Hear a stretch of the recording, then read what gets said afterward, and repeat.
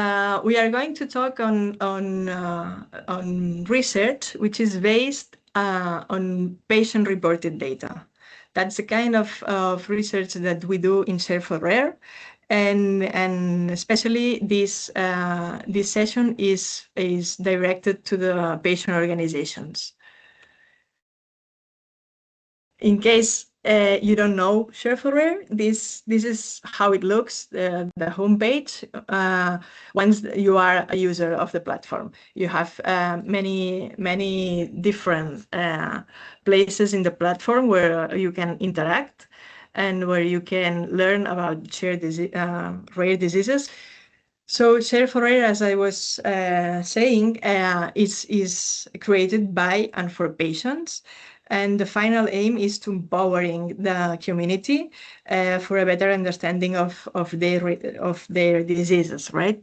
And in this sense, Share4Rare is based in 3 pillars. One is education, the second one is community, and the third one is research. So a user that enters or a patient or a caregiver that enters the platform, they can find trustful information and they can learn regarding rare diseases, but with a focus on research. They can also be part of a community where they can share their experiences and knowledge, and they can contact with other patients and caregivers with the same or similar condition, and also with patient organizations. And finally, regarding the research pillar, the users, which are patients or caregivers, they can report valuable data so that they contribute to improve the knowledge on rare diseases. So that's why we are saying that Share4Rare is a tool for research. As long as we understand Share4Rare as a platform, a pool of patients and caregivers that are able to donate their data and their knowledge and their information in a study or a project, a research project that is undergoing in the platform. The first thing that they do to do so is they need to sign or accept an informed consent in which they agree in donating their data just for research means and for research reasons. For doing so, they once they have registered in the platform and they are a user of Share4Rare, they can apply to a specific study that they have found in the platform. And if they are eligible, then they can subscribe to it, and then they can access to the many questionnaires that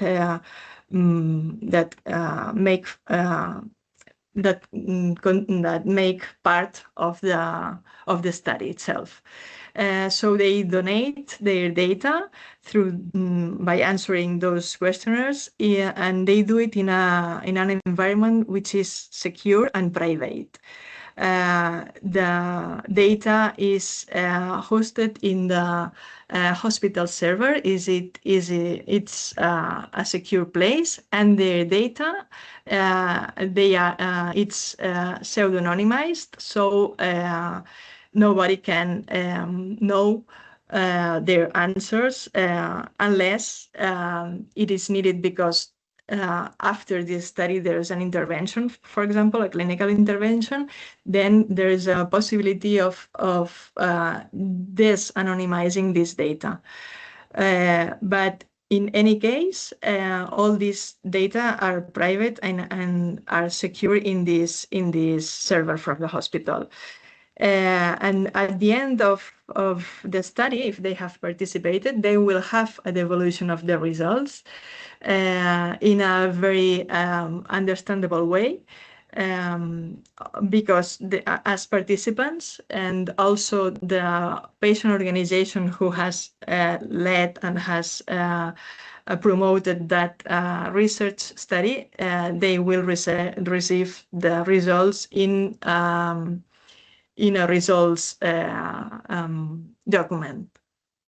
While the patients will receive the results in a more friendly way, for example, through infographies or through a webinar from the principal investigators, or depending on the demand or on the needs of the patient organization who promotes the research.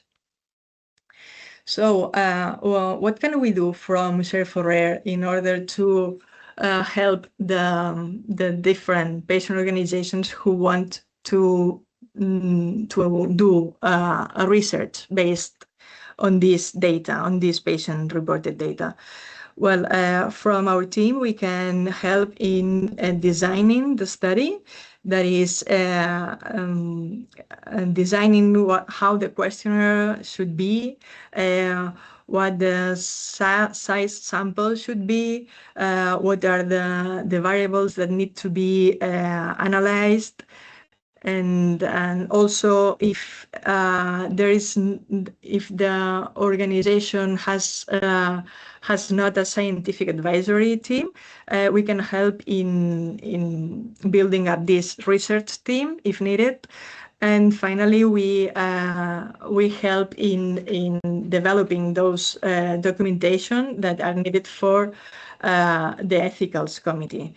As any project that is held in Share4Rare, it needs to pass through the evaluation of the ethics committee from the hospital.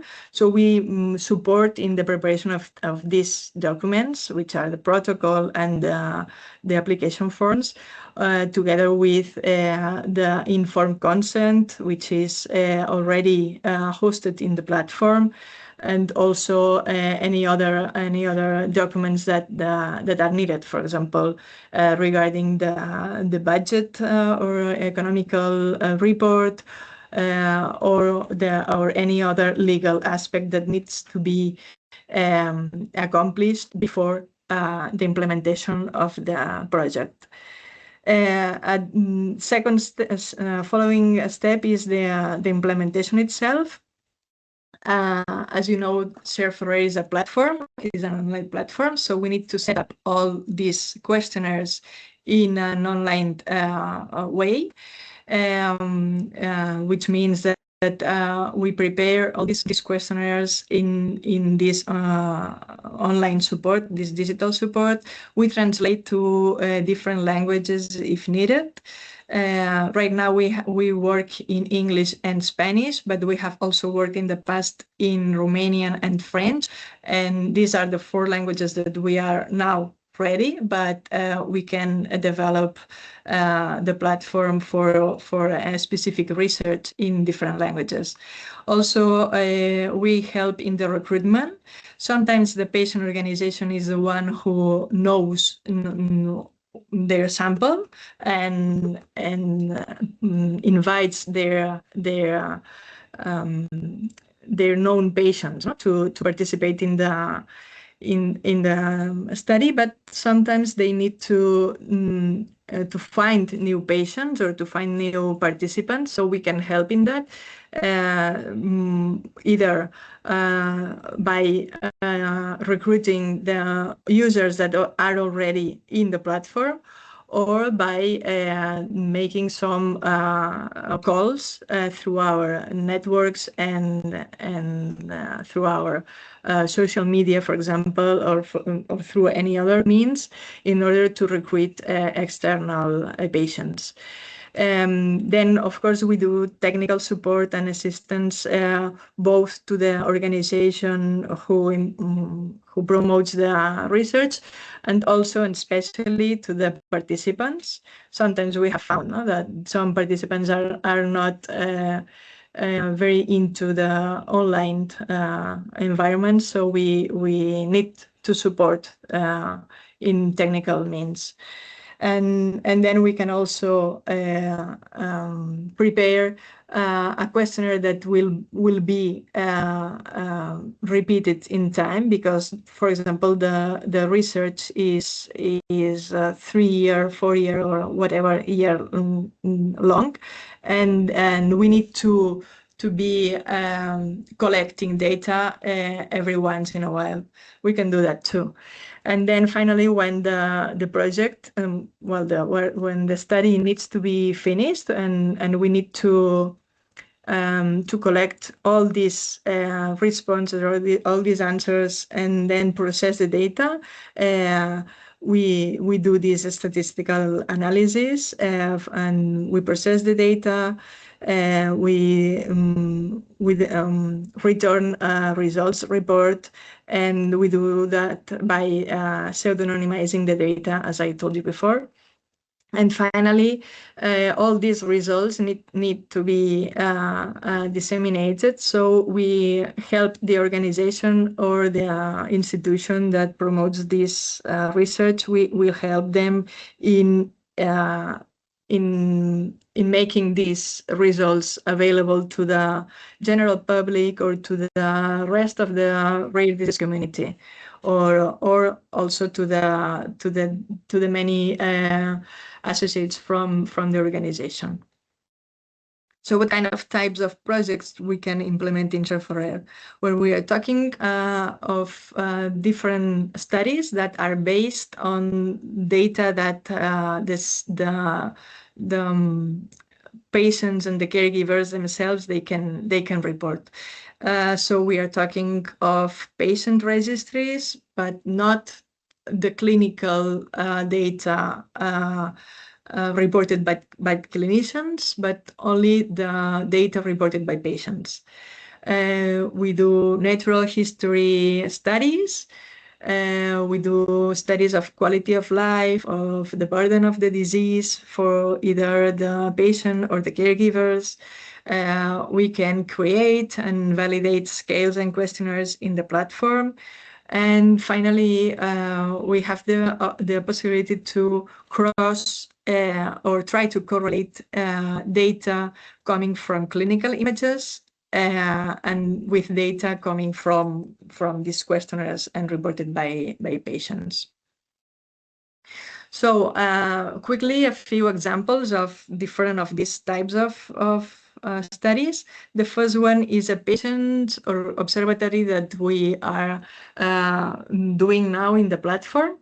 This is a prospective study which is 3 years long, and we collect the data 2 times a year.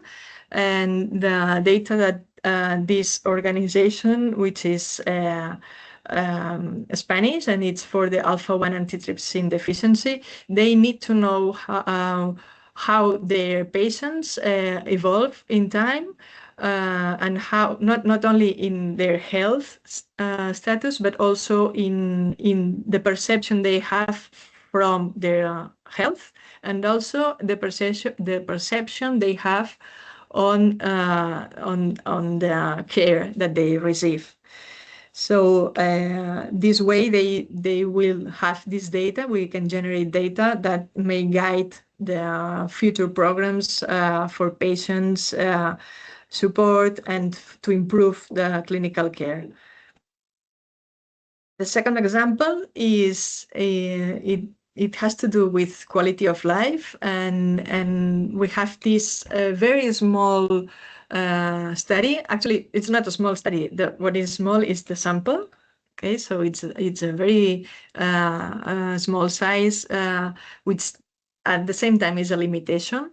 But still, the organization, which is DEBRA, Spain, they wanted to have this study done because the aim was to see if the use of barefoot shoes could ease and could improve the quality of life of children with epidermolysis bullosa, which is very painful, and the feet of these children, not only the feet, or the skin of different parts of the body and the inner skin of the body too, but they really wanted to see if, in the case of the feet, this use of shoes would be useful for having a better quality of life. So we did this study during 9 weeks, and the first 4 weeks were to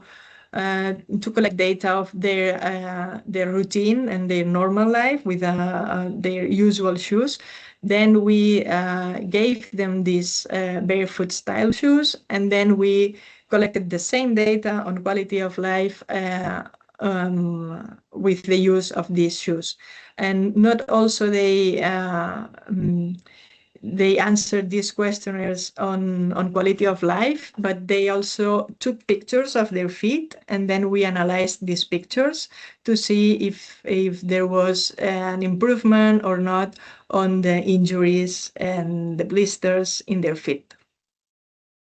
So actually, we try to enrich all the studies, not only with the questionnaires, but with any other complementary analysis that we can make. One more example is it has to do with the Gitelman's syndrome. It's a study that we are doing right now also for a Spanish company, or a Spanish organization, sorry. And it's to see how this syndrome evolve in time in relation to the quality of life and also the severity of their disease, to assess the prognosis and to see if there is a relation between symptoms and the severity of the disease. And also, I wanted to talk about this new functionality that we have in the platform, which is the analysis of clinical image. And the aim is to see if we can establish a correlation of the clinical image and patient-reported data. And for doing so, we launched a pilot study with children, with girls, little girls with Rett syndrome, to see if there was a correlation between the image from their brain, and we marked many variables, such as the volume, the white substance, and the pattern of gerification of the brain, to see if there is a relation between these and the many items that the questionnaires on quality of life and severity of the Rett syndrome can show. We still don't have results of that because we are going through. I mean, it's a study that it's on at this time.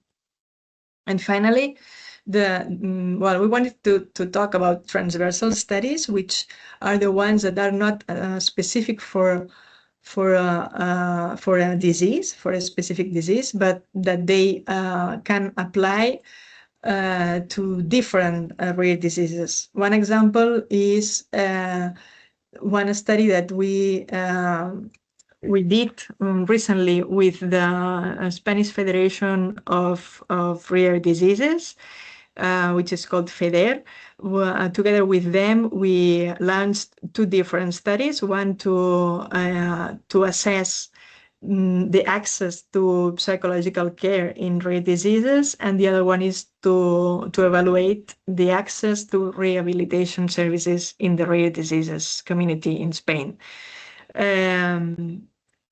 We are now analyzing and interpreting the results, but the real final aim was to generate evidence and this real accessibility in order to see if there is equity in terms of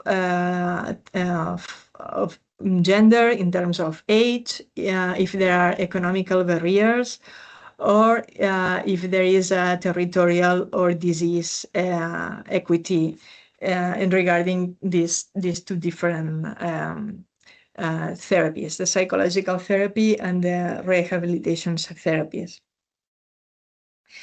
And continuing with the transversal projects for this year, we were thinking of different possible topics that may apply to different rare diseases and thus to different, no, that may be interesting for different patient organizations or different countries also. We thought of two different topics, which one is the transition from the younger adolescents to to being an adult. And the second one is the topic of the palliative care for those rare diseases that are complex and chronic.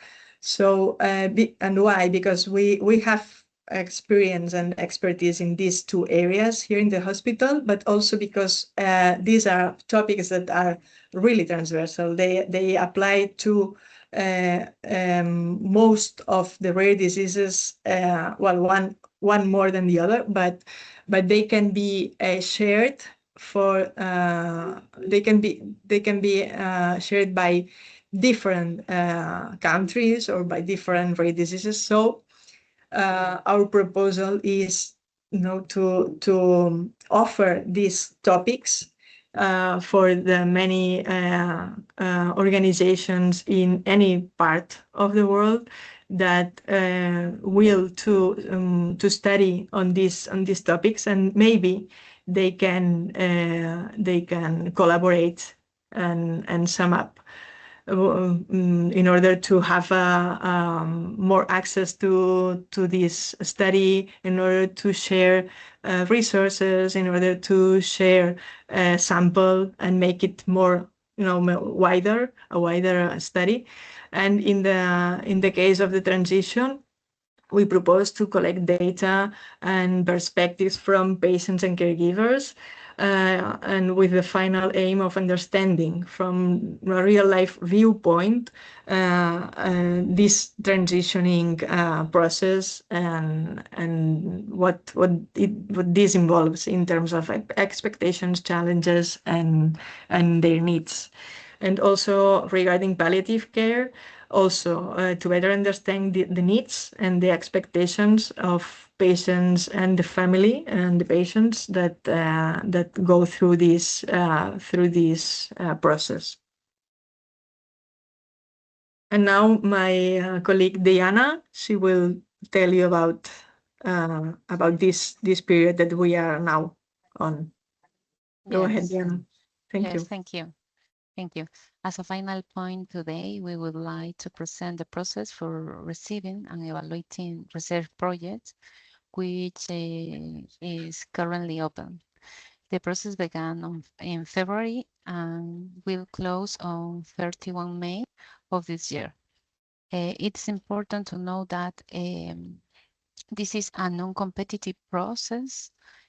However, it is necessary in order to assess whether the idea or the project proposed by associations or research centers fit within our platform and the service we offer.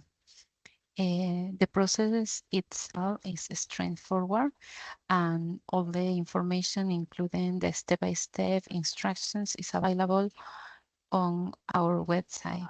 First, we will need to complete the research service request form, and this is the first, in which we all ask the details about the project. For example, we ask for the objectives, the methodologies, the study populations, the number of patients or families you hope to reach, and the duration of the study. We kindly request that this document be filed in as completely as possible, And we understand that you may not be able to complete every sections, and that is a perfectly fine. You can still submit it. One of you have it as complete as possible. You must send it to our address email. The Rare Coordination team will review it to assess its feasibility. Following this, we will organize an online meeting with the contact person. Together, we will evaluate the needs of the study and agree of the service requires. Based on this information, we will then provide the applicant with the project budget. And in this point I would like to clarify something important. It is not possible to estimate an average or a base price, because each project is unique and its own specific needs and requirements. No, as Elena explained earlier, when talking about the service, not all projects required all service, or therefore each project is managed based on its specific requirements. No? And the budget is based entirely of these elements. Once of the applicants has reviewed the budget and given the approval, the final budget will be generated. Must then be formally accepted. The applicant will need to complete the last final commitment letter. Then we receive this signed document. Our collaboration will officially begin. As mentioned earlier, all this information is available in our website. Now I will share the link in the chat. That is all for us. No, thank you very much for your attention.